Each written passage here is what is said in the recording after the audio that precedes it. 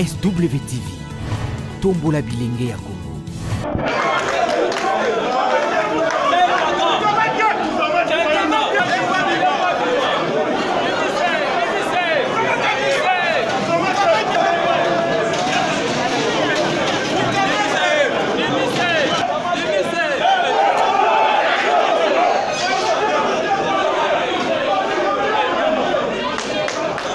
Balanzi ya SWTV Congo ya Bilenge, chaîne moko oyo ezalaka proche ya jeunesse congolaise, tozana mpona kopesa bino bainformation vrai pe à temps réel. Alors lelo toyambeli bino président honoraire ya conseil provincial ya Kinshasa, M. Rodolphe Mafuta, oyo aza na information ya kopesa na bajeune kinois nyonso oyo bazolanda biso esika nyonso bolandi. Lobi tozalaki na toasistaki na assemblée générale élective ya assemblée ya conseil provincial ya jeunesse. Tomonaki incident moko esepasaki wana nde toyambi ye po aexplike biso le pourquoi ya incident wana. Mbote de Rodolphe Mafuta. Mbote maman journaliste. Lobi toasistaki na assemblée générale, tomonaki incident moko elekaki wana, banani baorganizaki assemblée. Yambona peut sa réponse à la question, il y a seulement correction moké. Nazali président honoraire du conseil provincial de la jeunesse, Nazali président du conseil provincial de la jeunesse, si nous avons parce que Nazalaka a élu, nous pouvons la remplacer d'une manière légale. Mais au moins, on a répondu à la question aujourd'hui que nous allons dans l'hôtel de ville lobby. Dans un cadre au Babinaki en assemblée générale élective, nous allons créer un incident parce que Bato va organiser réunion wana balingaki te biso bamembre ya conseil national de la jeunesse pour participer. Lokwa toyaki bango basepelaki te balaki oblige babengana biso po bamonaki tozala na qualité te ya kozala na réunion na bango. Alors pourquoi bazobengana bino? Babengaki biso parce que mpona bango baza na baraison na bango po bakoki koluka koexprime te, mais kolanda kaka maloba oyo elobamaki epai ya modérateur na bango monsieur Trésor abengai biso ancien bureau et puis bureau sortant. Or so obi na motu ancien pe bureau sortant ozo confirmer déjà que pas en réunion na bino bengi assemblée générale parce que ce qui basali assemblée générale élective bureau sortant ezalaka membre ya assemblée wana. Donc siko soki bango moko basali réunion na bango o babengi yango assemblée générale et que na discours na bazali pour reconnaître que biso tozali bureau sortant. Pour l'année, beaucoup permettre na bureau sortant bazala na réunion wana ate donc bazalaki na kabal na bango oyo babongisaki pour que ba empêcher biso tozala na aventure na bango wana te basala posa na bango. Tomonaki présence ya sécurité, la police ezalaki wana vraiment ebele moko mibale te mais bazalaki ata ba vice. Oui, na incident wana babi bongamaki malamu biso ntango tokendaki kuna certes porte tozalaki ya kokangama mpona biso mais tokendaki komona ministre provincial intérimaire monsieur Pilipili tomonaki ye mpe ayebaki na biso toya ntango toyaki na kati na réunion wana po bango babengaki ensemble tolingaki torectifie batir tomeka koexplike na bango po bazalaki koprétendre koconvaincre koconvoquer assemblée générale ya conseil tant national jusque na bastructure hiérarchiquement inférieure ezalaka organisé ndenge nini et puis déroulement na yango esalamaka ndenge nini soki otangi na arrêté ministériel oyo ezali koorganize conseil national ya jeunesse elobi malamu ke assemblée générale ezalaka organisé conformément ya batexte texte elobi statut na règlement d'ordre intérieur. Or que toyebi ke na conseil national lelo na 2004 baya oyo bazalaka liboso na biso badoptaka statut na règlement d'ordre intérieur ya conseil national, mais statut wana na règlement d'ordre intérieur ya conseil national esouffraka na eloko moko parce que arrêté ministère ezali kolobaki une fois bino bilenge bo adopter statut na bino bo adopter règlement intérieur na bino il faut que na ministère ya jeunesse po ezwa visa de conformité. Mais depuis baya basalaka eloko yango baya lokola ba honorable Victor Balibwa baya lokola ba Bosco Ramazani bango bazwaki ntango ya kokende kozwa visa de conformité te yango moni application ya statut na règlement intérieur on a kotala ndenge assemblée générale esengeli ezalela ezalaki sous définité mais elingi koloba te ke lokola statut eza te et que règlement intérieur ezali te c'est que bakoki koorganize assemblée générale te parce que ye moko arrêté elobi lisusu na article 11 nango makambo nyonso tu oyo ezali koconcerne Conseil national de la jeunesse et dans l'Assemblée générale de Moutou et Salamandro. Sauf que Salaki qui est constitué l'Assemblée générale, il y a beaucoup qui a décidé dans Makambou, et puis, bien que arrêté ministériel, il y a fonctionnement un conseil Ezali, mais au Salamaki lobby, Ezali première convocation, il y a une forme d'Assemblée générale. Si ba convoca assemblée générale na mboka oyo alors batiaki bino à l'écart pourquoi batiaki biso à l'écart parce que bazalaki kombanga ke biso toya to porter lumière na jeunesse ayoka ayeba ndenge makambo esengeli esalema parce que ba référence ezali nanga mpe sadakisa na assemblée générale ya conseil national ya jeunesse ministre Sama Lukonde eza na arrêté mobimba ekonokaka ensemble wana eza mpe na document mobimba bapesaka ndenge nini ensemble esengeli edéroule mama tokoti na kati ya ensemble lobi tata oyo atelemaki na liboso kombo na ye Polydor Manzala azali chef de division ya jeunesse soki otali na bamembre ya assemblée générale azali koapparaître comme un délégué avec voix consultative. Ceux qui parlent de délégué avec voix consultative, et les ceux qui bilenge bakutali na ndenge na bango, et que bakutali na kokoso, ne bakoya epai na yo, bakonsulte yo, oyebisa bango ndenge ni makambo ezali kosala. Mais quelqu'un qui a le pouvoir et la consultation, Yemoto a décidé la code électoral, il y a assemblée générale, Yemoto a décidé à valider le candidat au Sénégal Bazala, il y a assemblée générale, Yemoto a décidé qualité même il y a électeur, Yemoto a poni a yami ba candidature, Yemoto a validé yango. Il a définir les conditions d'éligibilité. Il a définir à combien l'Assemblée générale a joué rôle. Il y a article 11 parce que article 11 est le minabiso qui est et Zali Assemblée générale n'est délibéré sur toutes les questions liées à la vie à conseil. Donc pour Moutou a comme un candidat dans le conseil national, il faut Assemblée générale n'est pour Moutou, Azala électeur dans l'Assemblée générale, il faut l'Assemblée générale de l'Ingaï. Mais Tata, on a poni l'électeur naïe, a poni ba candidat naïe, a tché ba critère naïe. Écoute, ba critère au yé mon pas fixé à respecter en mode. A tché critère, j'ai su qu'à âge 35 ans. Pour qu'il y ait un bureau au balobi que celui du bureau est bimi. Beaucoup constater qu'il y a des gens de 47 ans. Je vous donne un exemple. Au Babimus Lelo, candidat chargé à la relation publique. Alors, il a 43 ans. Mais le président Yomo n'a plus de 35 ans. Oui, il a plus de 35 ans parce que tant que Bisso. Vous allez élu depuis l'année. Bisso qui est élu en 2013. Oui.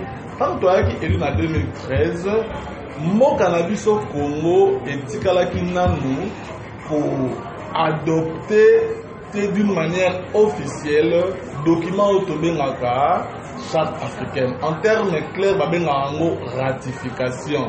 Tout ce qu'on a ratifié en mode. Même ceux qui ont défini ça depuis 2006 et à la Bongo. Mais comme et pas une abisso applicable et c'est là qui va ratifier. Maman ceux qui loi dans une commission. Attaque qui n'a marqué les coups de fonctionnaire $1000. Oyo qui lui sera. Ceux qui n'a le chef de l'État a promulgué en mode. Ata assemblée assis adopté. Ata Sénat ici adopté loi wana ekota en application donc depuis adopté il y a 35 ans jaune en Afrique en 2006 na Banjou Congo oya biso République démocratique du Congo et zalaki le 24 décembre 2017 de bayaki ko ratifier charte wana donc 35 ans ekoti na mais tant biso zalaki ba élu loi wana ezalaki applicable te yango tozwaki bokonzi na ville ya Kinshasa lobi soki nazalaki na assemblée wana nakendaki comme membre nazala non pas comme candidat parce que na critère oyo etiamaki wana et puis na réalité ya mboka na biso loka tote mais ok vous avez na ba candidat na yo parce que le bureau na yo eza na ba jeune ou baza na moins de 25 ans non ngala ko za la candidature parce que déposer une candidature ezali volonté personnelle ya mboka pour battre notre balaki lobi na kati ya salle bazalaki pe na moins de 35 ans bapesa ba candidature na bango donc mutu na mutu kaye ko pesa mais en tant que électeur na koye ko za na choix on na koye ko apporter et pas ya mutu moko songolo pour na moni ka tuta na ye na ndenga na yebeli passe ya conseil provincial ya jeunesse na que soki na voter ye et que ya tikali ko zebonga na ngai je pense que vous allez loko ya malonga. Et aujourd'hui, quand même, temps à discuter na ba candidat mususu. Nazoki fait temps à discuter na ba candidat mususu. Tomona ki mwana ya Emmanuel Shadar pe azalaki wana tomoni président ya conseil communal ya Tekalie mapa président ki. Bon, bango no balaki ba candidat na mona yoka bango nyonso lobi na kata sa. Na kutala na moko te na nzela. Ezala Riki Kalala. Azalaki pe candidat président, ezala Paul Ramazani, azalaki candidat président, ezala Sori Moulenga Otepa, azalaki pe candidat, moko na bango te, alekaki epai na ngai po tosola po aloba na ngai likambo moko songolo. Parce que bango pe attend ke ba candidat, basi bayebisaki bango ke biso ba membre ya bureau ya conseil provincial ya jeunesse, tozala biso na ensemble wana ate donc ti tozalaki lobi na kati ya réunion na bango wana bango nyonso bazalaki surpris soki parfois bayebaki to ngai tozala mpasi banga baluka biso comme tozalaka mpe balecteur mais loka bayebaki tozala biso balecteur te toboya mpe te baki mpe na mposa na biso te guerre entre bureau sortant ya conseil provincial ya jeunesse na ministère ya jeunesse euti guerre ya conseil provincial ndimi pena komona ya guerre pour monde ministre ya telema silika donc c'est que nous allons le moins mabe guerre ya conseil provincial ya jeunesse na ministre tika na loba yango lelo ebanda le 21 septembre 2013 mukolo nazalaki élu na ville ya Kinshasa. Et pourquoi? Parce que mukolo wana ministre Godard Montemona azalaka na candidat na ville ndenge pe lobi azalaki na candidat Godard Montemona Jibulu candidat na nani? Candidat na lobi oui Paul Ramazani. Comment ça?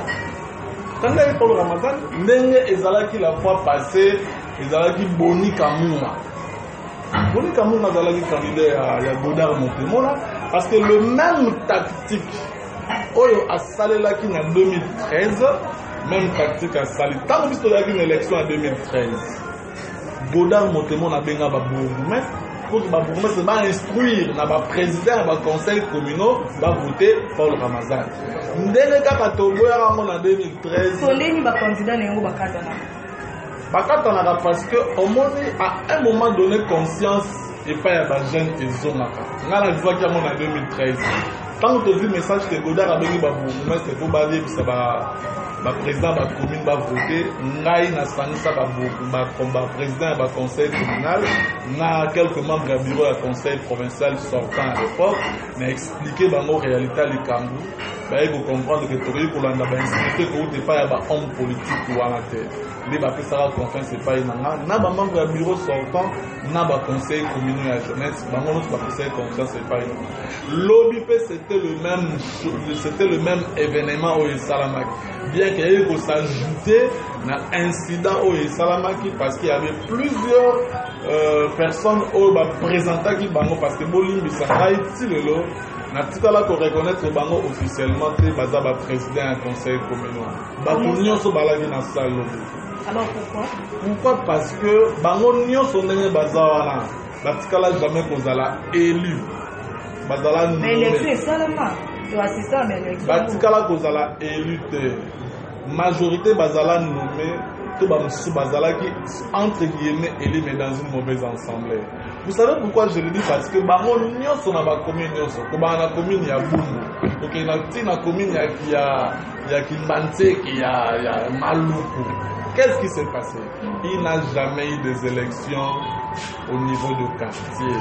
parce que na ba texte na biso elingi koloba pona avant que ça l'élection à niveau ya commune il faut que ça l'élection à niveau ya quartier na kati na bakati na ba conseil locaux ya ba jeunesse na ba association à caractère local ce qui bobimisi ba n'était pas la biso na commune ya Kalam dans la 18 quartiers na me pas ngai à élection tikala pour ça ba noma ba to ba poni yo ko ba pesa ni ba poste de bourgmestre assigné procès verbal. So il faut que tout le procès verbal au bazali ko tambo na ngolo le président entre guillemets à la conseil communal. Ba signer ba procès verbal signé par le bourgmestre. Est-ce que le bourgmestre est un membre de l'Assemblée générale? Le procès verbal c'est un document de l'Assemblée générale, ça doit être signé par le président du bureau définitif de l'Assemblée et ses assesseurs. Mais pourquoi les bourgmestres ont signé le procès verbal au tambo na nzela? Ce sont des nominations. Ce ne sont pas des élections. Donc, tout le monde vraiment année belé au stade à la tête il y a conseil provincial de la jeunesse pour maîtriser vraiment le texte. Alors conseil nous recoupé ça dans le président Yesika. Nazaka président. Élection ça m'a déjà lobby. C'est une parodie d'élection que moi je ne reconnais pas. Souvent nos autres tia ba yo ba zo la biso na bubungi. Ache ba on a bubungi na la pesa ba on les lumières. Pour ça on a ezali boye. Gouverneur Yaville, votre décision a convoqué Assemblée générale en bonne et due forme. Ndenge ba texte le passé en pouvoir. Donc il y a lobby et oui. Oui, c'est une réunion politique. C'est une réunion politique organisée par Godard notamment. C'est une réunion politique parce qu'il y a une tâche gérer avant au stade même les ministres intérimaires, avant Azwa Mikro, le Bafon, j'ai instruction par Godard notamment. Azwa qui instruction Nous sommes tous les pas Godard notamment là. Bon, aérosane. Parce que pour venir à l'Assemblée générale, il faut que Babenga yo parler. C'est ça qui fait respect. Bon, Akimani parce que candidat n'est pas là. Il y a deux candidats phares, le candidat président Rabbi Paul Ramadan et puis le deuxième, le candidat vice-président. Aga compte avant de papa n'a été. Voilà que ça m'a papa n'a été. Sauf que Mayaki et Simbite, ma poli, na nenge na bango. Et puis ba mingi ba voter bango te parce que balingaki na bango te déjà makambo et salamaki na kati salmer. Moi je pense que c'est une parodie d'élection. Na Oya gagné, na Oya poli. Ils sont tous sur le même plan. Je ne peux retenir Nini. De l'entrée Koloba, le gouverneur a convoqué une assemblée générale extraordinaire en bonne et due forme. Il y a un mécanisme de déroulement impliqué dans Makambouana. Le ministère national de la jeunesse à travers ses services va impliquer donc à travers donc, le secrétariat général ou autre va impliquer Bagobo Sanaté, le ministère provincial de la jeunesse ainsi que les divisions urbaines de la jeunesse, le conseil provincial de la jeunesse, le conseil national de la jeunesse va impliquer, va créer une commission où il faut traiter et élaborer le programme.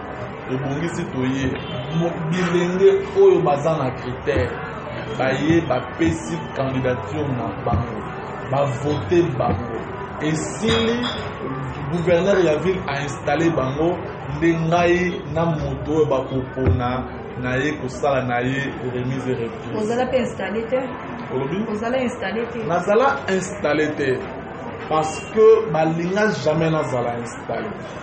Nakaka na ministre Godard Montemon na Zoloma. Alinga jamais. Pour le cas candidat na ya polagi asali pena de kasabi petit on a bloqué. Petit a bloqué ndenge tozati bo ba installer na pena ngai na ekomona ça ne sert à rien de perdurer dans la chose. Il faut des fois passer le relais. Mais que le relais se passe ndenge salama. Mona kana fina course athlétisme. So petit relais ma be poé vous a disqualifié.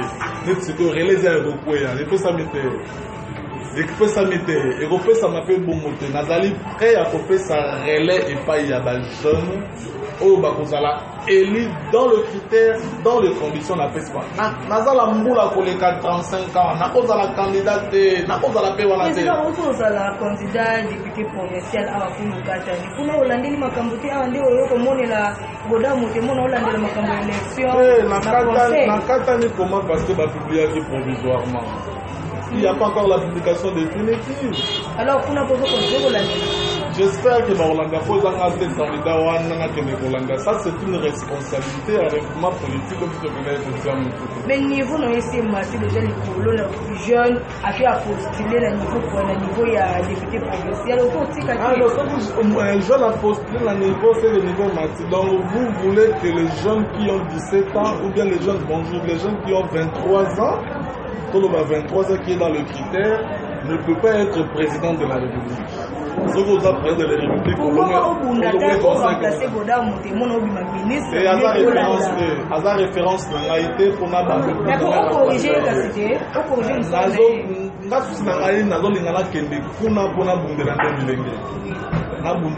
jeunesse parce que na koti na makambo banda kala na yebi place ma etanga na ndako jeunesse na yebi soki na komi place d'ailleurs nazo na kei kuna pona makambo soki nzambe asungi na liste définitive na bimi na ambition na bien que ekozala large mais une bonne partie ekozala jeunesse parce que c'est le secteur auquel que j'ai évolué paisiblement dans la maîtrise d'un mot davantage les amours il y a jeunesse mais Godard a sa référence dans la Merci beaucoup de lundi. Godard Motemon a Azali, référence à Rodolphe Mafoutate. N'a pas connu nous sommes là dans ce message nous colanda. Est-ce que vous avez besoin d'institutions nous sommes pas côté à l'écambamoto de bon, le président du conseil provincial interlocuteur valable dans les gouverneurs et à ville. Il y a un moment où on a toujours été à gouverneur et à ville pour assumer intérim de l'eau, Clément Bafiba a entériné décision et qui le but dans tel de ville. C'est de la tricherie, c'est de la fausseté. A entériné en hôtel. A bengi sabiso, to vanda, to sololato, tali sa place d'une bébé zalaki, et bongo aye bakozua. Décision na de en bonne et due forme, il s'allie l'élection et le recommence dans ça. Mais local là, Azali pour représenter le gouvernement central, au président de démissionnaire Tsilelo, Togo qui m'appelle Mamou, et pas il y a institution, au président de la République, pour avoir ça état de droit, dans le discours na yo, au Lubaki Mokonzi Amboka, et le ministère a fait sur la nation, il faut payer les à niveau de la ville. D'ailleurs, ceux qui état de droit, petit n'a pas dit voilà le message na la récupérer ça mais pour la bilingue na mosenga na bino molembate ata ba martyriser biso ata ba malmener biso ata ba sali ba ko sali pa ina biso conseil national ya jeunesse eza eloko ya bilingue lokola bino bozana ba critères boya ko kota na conseil national ya jeunesse bomoni biso d'ailleurs dans la expertise to kolakisa bino nzela obotambola ndenge esengeli na bandi oyo biso tozwi te na conseil provincial ya jeunesse bino bokoyi kozwa organisateur ya assemblée générale ya lobi balobaki baganye Paris balongi etumba na bango impression ezali kama kokamwa soki oyoka ministre akende kobaka ye aganye Paris mais moto aganye Paris azalaka organisateur ya eloko wana te lelo oyo bato basalaka course babengi oyo ya mituke ezalaka Paris Dakar exemple bato basalaka course oyo babengi Tour de France on peut gagner Paris là-bas. Éviter qu'on gagne Paris naïe et donc ils ont été incapables alors d'organiser l'Assemblée générale. Donc Batikalaka, oui, Batéguena, dans l'Assemblée générale. Mais les assemblées générales, les salles de en 2009, en 2008, l'Assemblée générale des Alaki, en 2012 des Alaki, en 2013 des Alaki. Nous allons pour prétendre que ça, la puis l'Assemblée des Alaki à Paris. Je pouvais comprendre un organisateur, sauf qu'il a toujours une difficulté à ébeler, pas pour ça, la honte, mais ça s'organise d'une manière régulière, n'attend un mot. Il est ministre qui a gagné Paris. Il fallait que football battant Nekonanga Sori Boulenda au Tepa. Albata a gagné Paris parce qu'il a commencé à chercher ses postes depuis. Ah mais oui, voilà là où Bango Bazali. Donc Bazali ko bagé photo ko sa baomba ya jeunesse. fotokweyisa Kilimanjaro ya jeunesse fekweya akwei nakwei te monsieur le ministre Pilipili. D'ailleurs, est-ce qu'on peut organiser une élection à haute importance politique tout à l'état intérimaire? Nous devons gagner Paris, vraiment ministre intérimaire. Dans le moment de transition, pour un gouvernement démissionnaire, ce n'est pas votre tâche. Attendez le nouveau gouvernement provincial tant qu'il y a une décision parce que vous êtes les intérimaires. Vous êtes un gouvernement démissionnaire. Vous ne pouvez pas organiser une grande activité locale à Wana. Vous n'avez pas ce pouvoir-là parce que vous êtes démissionnaire. Vous allez gérer l'affaire courante. Merci, nous avons qui SWTV Congo et Bilingue.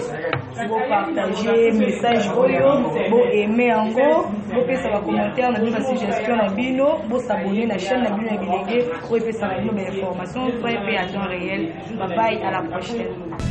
SWTV, ya Bilingue, pe pona Bilingue ya Congo.